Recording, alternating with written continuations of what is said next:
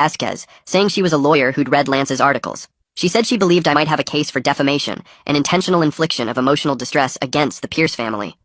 She offered to represent me pro bono because she'd dealt with them before in another case and knew their tactics. I Googled her and found she was legit with good reviews and an office downtown. We set up a meeting for the next day at a coffee shop on the other side of town, where nobody would recognize us.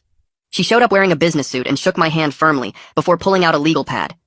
I told her everything from the beginning: the gum incident, the suspension, the college rejections, my mom's tires, losing my job, all of it. She took notes the whole time and asked specific questions about dates and documentation. When I finished, she looked me straight in the eye and said we had a strong case, but warned that going legal meant everything would become public. She paused and added that any revenge activities I might have engaged in could complicate things if they came to light.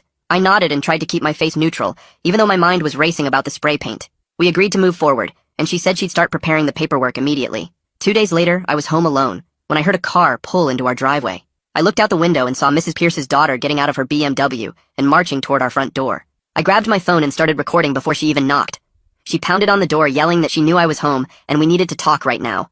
I opened the door but stayed behind the screen while keeping my phone recording in my pocket. She pointed her finger at me and said I needed to stop the harassment campaign immediately, or things would get much worse for me and my family.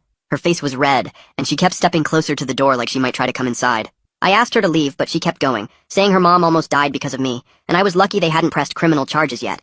She said they had connections everywhere in town and could make sure I never got into any college or got another job. I kept my voice calm and asked her again to get off our